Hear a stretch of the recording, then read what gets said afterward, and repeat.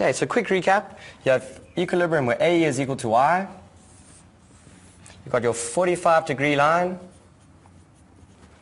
You've got aggregate expenditure, you've got output, and you've got your curve, your aggregate expenditure curve.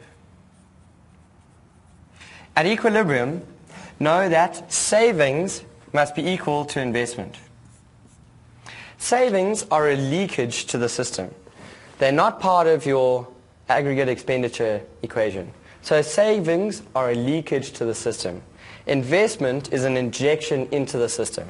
So investment is included in the aggregate expenditure model, so it's an injection. This is a leakage, that's an injection, so leakages must be equal to the injections. Okay, so what's going to happen if you're at a point such as here? Y1. At that point, savings are going to be greater than investment. If savings were equal to 20 and investment was equal to 10, this would correlate or combine with a point which is above equilibrium GDP. Y star, that's equilibrium GDP. So if savings were greater than investment, you would have above equilibrium GDP. Now, what happens in this model if the real interest rate decreases?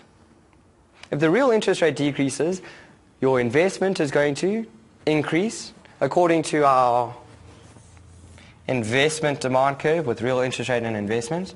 If the real interest rate decreases, investment increases. So if investment increases, what happens to our aggregate expenditure curve?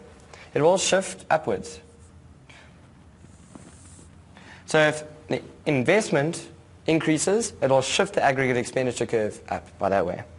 Will it shift up by the change in investment from I1 to I2? Will it shift up by that amount? Yes, it will. It will shift up by the change in investment. So this gives you the change in output from there to there.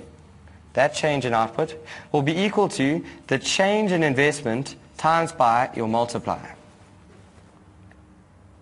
So just a quick recap on that. You never look at it from the actual change in investment to get your new equilibrium. If you decrease the real interest rate, you'll increase investment, which shifts its aggregate expenditure curve upwards, which leads to a higher value of aggregate expenditure and output. And the output increases by the change in the initial investment times by your multiplier.